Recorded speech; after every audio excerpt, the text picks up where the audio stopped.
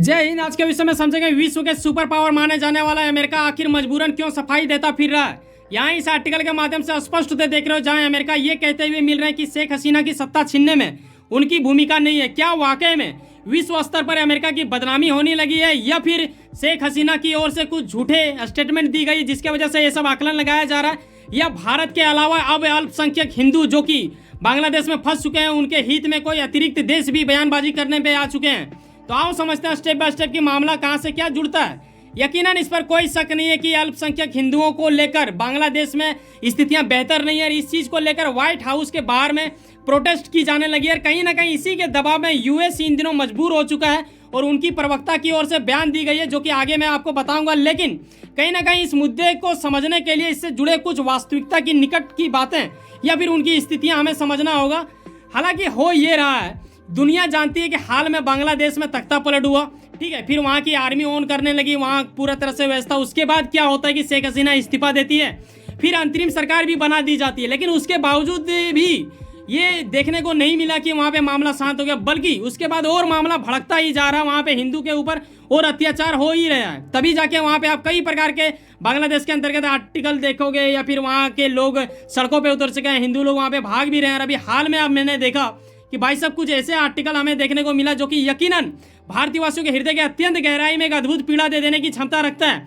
करीब हजारों की भीड़ में यहाँ आप तस्वीरों के माध्यम से देखते हो। अगर आप सनातन धर्म से होगा तो आपको पता होगा कि भाई साहब छठ पूजा में कुछ इसी प्रकार भीड़ लगता है तालाब नदियों इत्यादि में, ताकि वहाँ पे पूजा की जाती है। लेकिन इस बीच जो तस्वीर आप देख रहे हो ये दरअसल कोई पूजा का नहीं है, ये सब बांग्लादेशी हिंदू हैं जो कि कहीं ना कहीं भाग के भारत आना चाहते थे, लेकिन मजबूरन कहते हैं ना कि मतलब नहीं तोड़ सकते हैं। नियम के खिलाफ अगर हम लोग जाएंगे तो फिर अपने ही पैर पे कुल्हाड़ी मारने योग्य हो जाएगा। कहीं ना कहीं हमारा सहयोग तो बांग्लादेश के साथ वर्षों से रहा है, चाहे शेख हसीना की सरकार रहे या फिर किसी और की सरकार भी थी, जब तब भी 1971 में भी हम लोगों ने सहयोग दिया था। लेकिन अब जो हुआ था इस चीज़ को लेकर हमारे बीएसएफ ने उसे ठुकराते हुए उन लोगों को वापस भेज दिया है। लेकिन कहीं ना कहीं काफ़ी ज़्यादा पीड़ा होती है ना कि बगल देश में जिन्हें हम लोगों ने इतना अधिक सहयोग दिया वहाँ की सरकार को, लेकिन वहाँ पे तख्ता पलट हुआ।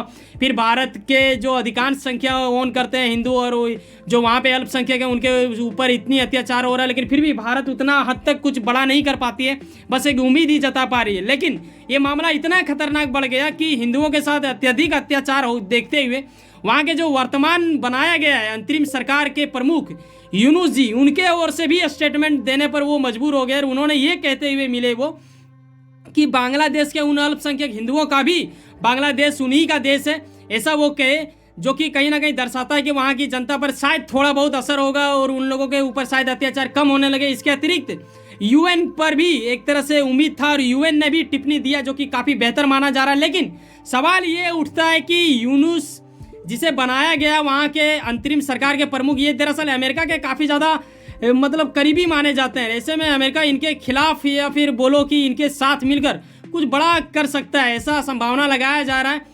और उन गलियों में क्या बोले कि मतलब अपना गली घर छोड़ के कौन बाहर जाना चाहता है, कहीं ना कहीं मजबूरन ही लोगों को जाना पड़ता है। आप अंदाज़ा लगा सकते हो, तस्वीर भी कुछ कहना चाह रही है, साझा कर सकती है अपना गम, वो अगर आप उस चीज़ को महसूस कर पा रहे हो तो ठीक है। तो ऐसा कुछ स्थिति हो चुका है। लेकिन अब अमेरिका के ऊपर इतना ज़्यादा क्यों एक तरह से प्रभाव देखने को मिलता है हमें कि भाई साहब इन्होंने ही करवा दिया होगा, या फिर अमेरिका क्या वाकई में ऐसा कुछ करवाने में अपने आप में क्षमता रखता है। बता दूं कि एक शक के दायरे में ये बोला जाता है, संभावना लगाई जाती है कि विश्व के किसी भी देश को आप देख लो, चाहे वो किसी भी प्रकार की स्थितियों में बिगड़ी हुई हो, या फिर वो युद्ध कर रहा हो, या फिर वहाँ के हलचल मच गया हो, उस देश के अंदर सिविल वार आ गया हो, या फिर कुछ अतिरिक्त मुद्दे जो कि काफ़ी ज़्यादा मायने वाला बात रखता है, उसमें डायरेक्टली इनडायरेक्टली अगर आप देखोगे तो अमेरिका या फिर पश्चिमी देशों का हाथ उसमें जरूर होता है। चाहे वो कोई भी देश हो सकता है, मैं किसी का नाम नहीं बोलना चाहता, लेकिन शक के दायरे में कई सारे बुद्धिजीवी सूत्रों के हवाले ये सब कहा करते हैं, ठीक है।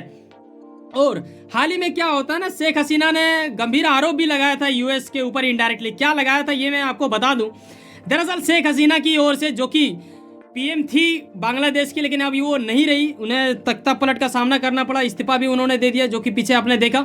इन्होंने कुछ माह पहले क्या कहा था पता है, कि एक वेस्टर्न कंट्री है जो कि काफ़ी ज़्यादा ताकतवर है, वो इनके ऊपर काफ़ी ज़्यादा दबाव बना रहा है। यानी कहने का अर्थ ये है कि बांग्लादेश के ऊपर दबाव बनाया जा रहा था कि वो सैन्य अड्डा बनाने के लिए मान जाए। हालांकि शेख हसीना ने सैन्य अड्डा बनाने में वो स्वीकार नहीं किए और उन्होंने नहीं माना। लेकिन कहीं ना कहीं हमें ये मानना पड़ेगा कि इन्हें जो धमकी दिया गया था वो ये कि भाई साहब अगर इन्होंने नहीं माना तो म्यांमार और बांग्लादेश के बीच जो इलाका है वहां पे एक नया देश बना दिया जाएगा। और वो किसका देश बनेगा, कौन वो बनाएंगे, इस चीज का नाम इन्होंने नहीं बताया। लेकिन इनडायरेक्टली जब इन्होंने कहा कि वेस्टर्न कंट्री, तो कहीं ना कहीं उन दिनों काफी ज्यादा आर्टिकल लिखे जाने लगे थे और कहीं ना कहीं इशारे के तहत समझाने की प्रयास की गई थी कि शायद वो देश अमेरिका ही होगा, क्योंकि उनके अलावा शायद कोई दूसरा देश में इतनी क्षमता नहीं है कि वो बाकी देशों में इस तरह हलचल मचा दे या फिर उस तरह धमकी देना चाहेगा, क्योंकि वो भी कहीं ना कहीं चाइना तथा भारत के ऊपर नियंत्रण रखना चाहती होगी, ऐसा शक के दायरे में कहा जा सकता है। क्योंकि देखो, अमेरिका भारत के साथ आज काफी बेहतर संबंध रखता है, लेकिन 1971 में ऐसा संबंध नहीं रखता था वो भाई।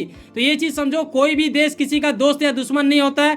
जब तक उनकी इच्छा और उनका लाभ हो रहा हो आपसे, तभी तक वो आपसे जुड़ाव रखते हैं। आज वो इसलिए हमारे साथ जुड़ाव रखते हैं क्योंकि चाइना को वो नियंत्रण करना चाहते हैं, ठीक है। तो ये चीज कहीं ना कहीं हमें समझना पड़ेगा, और अमेरिका शायद ऐसा करवा भी सका हो, तो ऐसे भी कहीं ना कहीं शक के दायरे में बनता है। व्हाइट हाउस के बगल में ये लोगों ने ऐसा कुछ कर दिया था, वहां पे हिंदुओं को लेकर इन्होंने आपत्ति जताई कि भाई साहब अमेरिका आप क्यों नहीं कुछ कह रहे हो, बांग्लादेश में जिन हिंदुओं के ऊपर अत्याचार हो रहा है आप टिप्पणी दीजिए। ऐसा कुछ वहां पे व्हाइट हाउस के बाहर में प्रोटेस्ट की जाने लगी वहां के जो हिंदू हैं, ठीक है। इस चीज को लेकर व्हाइट हाउस के प्रवक्ता की ओर से स्टेटमेंट दे दी गई है। वो क्या दे दी गई है ये जानने वाली बात होगा।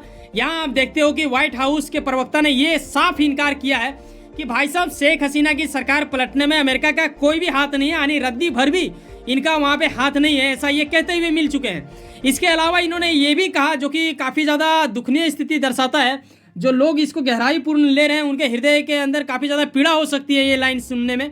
भाई साहब इन्होंने ये भी कहा कि दरअसल वहां की जनता की अपनी पसंद है। आखिर कोई देश की जनता क्यों चाहेगा अपने देश में हलचल मचाना, ये थोड़ा अजीब वाला बयानबाजी लगता है। लेकिन जो भी है, अब यूएस ने कहा है तो भाई साहब मानना तो पड़ेगा, हालांकि ना मानो तो इस पर भी मैं कुछ नहीं कह सकता, लेकिन जो आर्टिकल के माध्यम से यहाँ पे आ रहा है स्पष्ट, वही चीज़ मैं आपको बता पाता हूँ, ठीक है। और इन्होंने ये भी कहा, जब वहाँ के हिंदू के ओर से प्रोटेस्ट की जाने लगी व्हाइट हाउस के बगल में, तब उन लोगों की जो मांग रहा है कि आप हिंदुओं के लिए कुछ क्यों नहीं कह रहे, तब इन्होंने कहा कि भाई साहब हम नज़र गड़ाए रखें। हालांकि जैसे कि मैंने आपको पीछे बताया कि वहाँ के जो अंतरिम सरकार के प्रमुख बने हैं वो दरअसल यूएस जैसे भव्य देशों से काफ़ी ज़्यादा गहरा संबंध रखता है, आपने पीछे भी देखा। लेकिन कहीं ना कहीं इन दिनों जो इनका स्टेटमेंट आ रहा है कि बेटा इनके हाथ ही नहीं है। अब जो शेख हसीना ने कहा था ये भी मैंने आपको दिखाया, लेकिन इसके अलावा मैं एक और चीज़ खास बात आपको बताना चाहूँगा, वो ये, अगर आपको याद हो तो भाई साहब इस साल जो है ना 2024, इसमें करीब विश्व के 50% से अधिक देशों में चुनाव है। और ऐसे में आप देखोगे कि नवंबर माह में अमेरिका में भी चुनाव होगा, तो इन दिनों ज़्यादा स्टेटमेंट देने से भी वो लोग बचेंगे, क्योंकि चुनाव में हर लीडर जो होते हैं वो चाहे सत्ता में हो या फिर बिना सत्ता में हो, बड़ा सोच समझ के बोलता है, क्योंकि चुनाव में अगर एक स्टेटमेंट भी इधर उधर हुआ तो वहाँ की जनता हलचल मचा देगी। और ट्रंप का जीतने का वैसे भी संभावना है, बाइडेन पीछे हट चुके हैं। ऐसे में उनकी प्रवक्ता ने बड़ा सोच समझ के ये भी कहा है, जो पीछे आपने देखा। लेकिन खास बात ये हो जाता है कि यही वो अमेरिका है जिन्होंने जब बांग्लादेश में चुनाव हुआ था तब इन्होंने कहा था कि शेख हसीना जो चौथी बार पीएम बन के आई है ना, ये सिर्फ धांधलीबाजी से आ चुकी है। दरअसल वहां का चुनाव पूर्ण रूप से धांधली हुआ है, ऐसा कुछ इनका कहना था।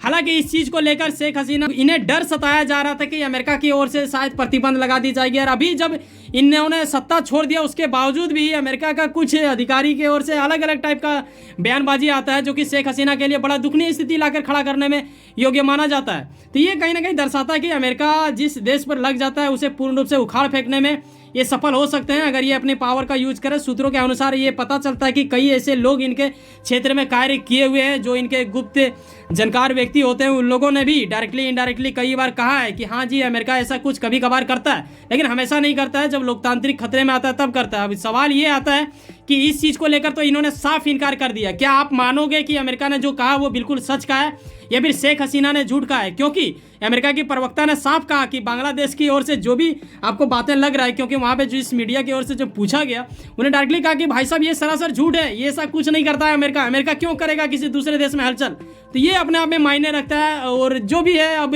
हिंदुओं के प्रति बड़ा दुख महसूस होता है, क्योंकि वो देश में इतना दिन हो चुका है और अभी तक भी वो हलचल मचा हुआ है। कहीं ना कहीं हमें इन चीज़ों को रोकने के लिए प्रयास करना पड़ेगा। और विश्व के सुपर पावर माने जाने वाला अमेरिका अगर कुछ करेगा तो यकीनन ये चीज़ मतलब रुक सकती है, ठीक है। हालांकि भारत तो प्रयास कर ही रहा है, अमेरिका ने भी उम्मीद दिया है कि वो प्रयास करेंगे। वैसे सुनो ना, कहीं ना कुछ ना कुछ काम करते होंगे, यकीनन अपने काम के प्रति काफी ज्यादा उम्मीद रखते होंगे, यकीनन आपका मेहनत आपका मंजिल भर के मिला। वैसे सुनो ना, सब्सक्राइब कर लो वर्ल्ड अफेयर्स पॉलिटिक्स और जुड़े रहो मुझसे। चलो मिलते हैं किसी नेक्स्ट वीडियो में। बाय, जय हिंद, जय भारत।